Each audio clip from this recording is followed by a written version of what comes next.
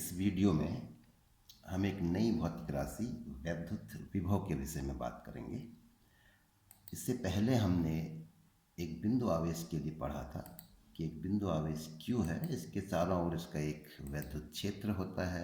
वैद्युत क्षेत्र को बल रेखाओं के द्वारा प्रकट करते हैं, जैसे कि एक बल रेखा यहाँ पर दिखाई गई है। इसी तरीके से त्रिज्यीय दिशा में बाकी बल रेखाएं भी होंगी। तो इस वैद्युत क्षेत्र में किसी बिंदु A की अगर हम बात करें तो इसका मान, वैद्युत क्षेत्र की तीव्रता अगर हमको पता करनी हो तो इस बिंदु पर परीक्षण आवेश रखते हैं, देखते हैं इस पर कितना बल लग रहा है और एकांक आवेश पर लगने वाले बल की कैलकुलेशन कर लेते हैं।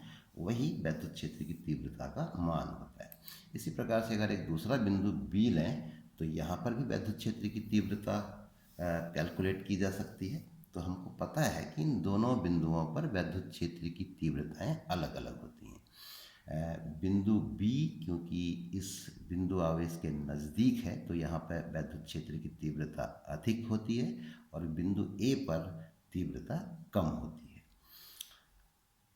अब यहाँ पर हम एक चीज़ और देखते हैं कि क्या हम इस वैद्युत क्षेत्र को किसी दूसरे प्रकार से भी व्यक्त कर सकते हैं। तो अगर बिंदु A की हम बात करें, यहाँ पर जैसे कि एक परीक्षण आवेश रखा हुआ है तो इस परीक्षण आवेश पर एक बल लगेगा वैद्युत क्षेत्र की दिशा में। इस तीर के द्वारा इसे दिखाया गया है।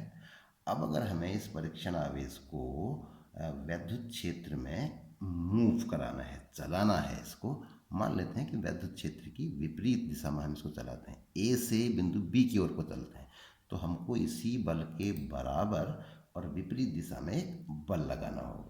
तो इस बल को आरोपित करते हुए हम इसे बिंदु A से B तक ले आते हैं। अब क्योंकि इस प्रक्रिया में वैद्युत प्रतिकर्षण बल के विरुद्ध एक कार्य हो रहा है, तो ये कार्य इस निकाय में, ये जो बिंदु आवेश था Q और ये परीक्षण आवेश Q0, इससे मिलकर जो निकाय बना उसमें ऊर्जा के रूप में संचित हो जाता है। अब ऊर्जा किसी भी निकाय की कार्य करने की क्षमता होती है। तो यहाँ पर हम कह सकते हैं कि ये परीक्षण आवेश अगर बिंदु A से B पर आ गया, बिंदु B पर, तो इसकी कार्य करने की क्षमता बढ़ गई, या इसको दूसरे शब्दों में इस तरह से भी कहा जाता है कि इसका पोटेंशियल बढ़ गया। तो इस तरीके से एक नया शब्द यहाँ पे इंट्रोड्यूस हो रहा है, इलेक्ट्रिक पोटेंशियल। तो ये वास्तव में वही कार्य करने की क्षमता को प्रदर्शित कर रहा है। तो हिंदी में इसके लिए वर्ड है वैद्युत विभव। तो इस तरीके से इन दोनों बिंदुओं पर वैद्युत विभव का मान अलग अलग है, पोटेंशियल अलग अलग है कह लें, या वैद्युत विभव जो है वो अलग अलग है। तो जैसा कि हम यहाँ पर देख रहे हैं, बिंदु B पर विभव अधिक होगा और बिंदु A पर विभव कम होगा। तो इस तरीके से किसी वैद्युत क्षेत्र को दो भौतिक राशियों के द्वारा व्यक्त किया जा सकता है, वैद्युत क्षेत्र की तीव्रता E और वैद्युत विभव V। तो क्योंकि ये दोनों ही भौतिक राशियां वैद्युत क्षेत्र को व्यक्त कर रही हैं, तो इसका मतलब इन दोनों में कुछ न कुछ संबंध अवश्य है। तो इन दोनों के बीच में भी संबंध स्थापित करते हुए उससे हम कुछ और निष्कर्ष प्राप्त करेंगे और कुछ सूचनाएं जो हैं इस विषय में प्राप्त करेंगे।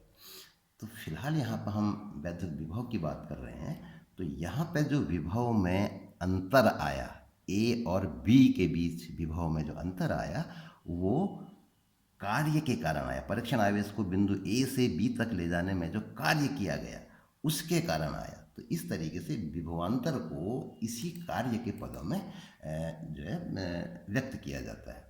तो परिभाषा के रूप में अगर इसको हम कहें तो इस तरह से कहा जाता है, वैद्युत क्षेत्र के भीतर एकांक आवेश को एक बिंदु से दूसरे बिंदु तक ले जाने में किए गए कार्य को उन दो बिंदुओं के बीच विभवांतर कहते हैं।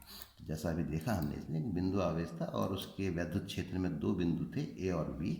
तो बिंदु B पर विभव अधिक था, बिंदु A पर कम था। तो विभव का जो अंतर होगा VB माइनस VA, वह एकांक आवेश को एक बिंदु से दूसरे बिंदु तक, A से B तक ले जाने में किए गए कार्य के बराबर होगा। अब ये हम पहले भी बात कर चुके हैं कि अगर परीक्षण आवेश क्योंकि अलग अलग हो सकता है अलग अलग स्थितियों में, तो जो गणना होगी वो एकांक आवेश के लिए होगी, तो वही यहाँ पर भी किया जा रहा है। तो इस तरीके से विभवांतर को इस प्रकार परिभाषित किया गया। तो यही आधार है हमारा। इसके आधार पर अब हम विभव की भी बात करेंगे। अगर विभव को परिभाषित करना होगा तो कैसे परिभाषित करेंगे? तो जैसे हमने सूत्र यहाँ पर देखा, जो बिंदु ए था वो वैद्युत क्षेत्र के भीतर था, तो दो बिंदुओं की बात हो रही थी। अब हम एक बिंदु पर विभव की बात कर रहे हैं, तो क्या करते हैं, बिंदु ए को अनंत पर मान लेते हैं, यानी कि वैद्युत क्षेत्र से बाहर। तो होता यह है कि अनंत पर वैद्युत विभव का मान शून्य माना जाता है, क्योंकि वहाँ पर हमको कोई कार्य नहीं करना पड़ेगा। वैद्युत क्षेत्र के बाहर अगर हैं तो एक बिंदु से दूसरे बिंदु तक जाने में, क्योंकि वहाँ पर कोई बल नहीं लग रहा है, तो कोई कार्य नहीं होगा, तो इस तरीके से विभव को वहाँ पर शून्य माना जाएगा। तो वैसे भी अगर हमको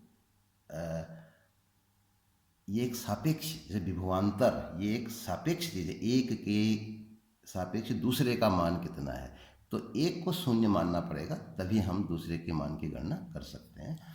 तो अनंत पर विभव का मान जो है शून्य माना जाता है। तो इस तरीके से अगर हम देखें अब उस सूत्र में, तो V B minus V A जो है वो शून्य हो जाएगा।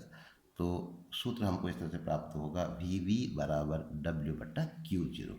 अब यहाँ पर इस डब्ल्यू का अर्थ थोड़ा सा बदल जाएगा। इसको अब हम कहेंगे परीक्षण आवेश को अनंत से बिंदु बी तक लाने में किया गया कार्य, और डब्ल्यू बट्टा क्यू जीरो जो है वो एकांक आवेश के लिए वही गणना हो जाएगी, अनंत से बिंदु बी तक लाने में किया गया कार्य। तो इस तरीके से किसी बिंदु पर विभव की जो डेफिनेशन होगी वो इस तरह से बनेगी, एकांक धन परीक्षण आवेश को अनंत से वैद्युत क्षेत्र के भीतर किसी बिंदु तक लाने में किया गया कार्य, उस बिंदु पर वैद्युत विभव की माप होती है।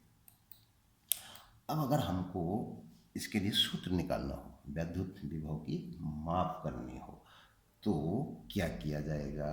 तो वैद्युत विभव, जैसे कि इसकी परिभाषा भी हमने दी, तो फिर एक बार दोहरा देते हैं। एकांक धन परीक्षण आवेश को अनंत से वैद्युत क्षेत्र के भीतर किसी बिंदु तक लाने में किया गया कार्य, उस बिंदु पर वैद्युत विभव की माप होती है। तो माप करनी है तो क्या करना होगा? यही करना होगा, एक परीक्षण आवेश को अनंत से वैद्युत क्षेत्र के भीतर लाएंगे, किए गए कार्य की गणना करेंगे, और फिर एकांक आवेश के लिए वही मान हम प्राप्त कर लेंगे।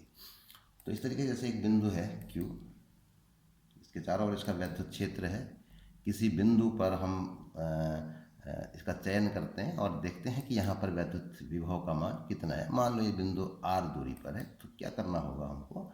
अनंत से, यानी कि वैद्युत क्षेत्र के बाहर से इस परीक्षण आवेश को अंदर की ओर को लाना होगा इस बिंदु तक।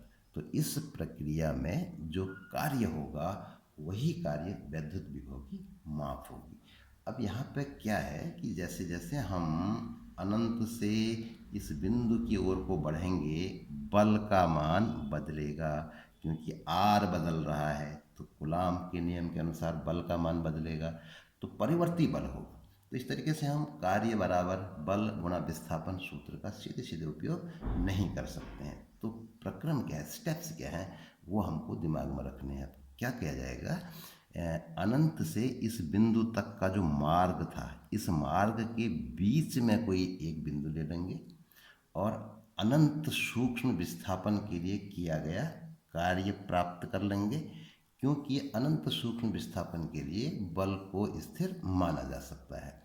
और फिर इसे पूरे प्रक्रम में अनंत से इस बिंदु तक, यानी कि आर, ये जो दूरी है आर से लेके अनंत तक, इसको इंटीग्रेट कर देंगे। तो इस तरीके से वैद्युत विभव के लिए हमको सूत्र प्राप्त हो जाएगा। तो जैसे मान लो यहाँ पर हमने एक परीक्षण आवेश रखा है।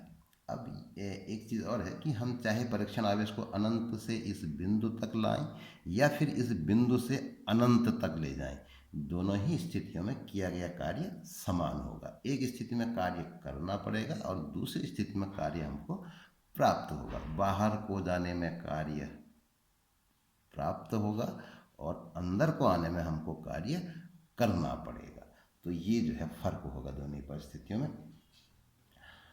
तो माना Q0 परीक्षण आवेश को अनंत से लाने में किया गया कार्य W है, अतः एकांक आवेश को अनंत से लाने में किया गया कार्य कितना हो जाएगा, W बट्टा क्यू जीरो। एक नियम का उपयोग करके, तो यही जो है वैद्युत विभव की परिभाषा है। तो V इक्वल टू W बट्टा क्यू जीरो। तो इस तरीके से हम विभव के लिए एक सूत्र को प्राप्त कर सकते हैं। अब वैद्युत विभव का जो सूत्र है वो हम अगली वीडियो में उसको निगमन कैसे किया जाएगा उसकी बात करेंगे।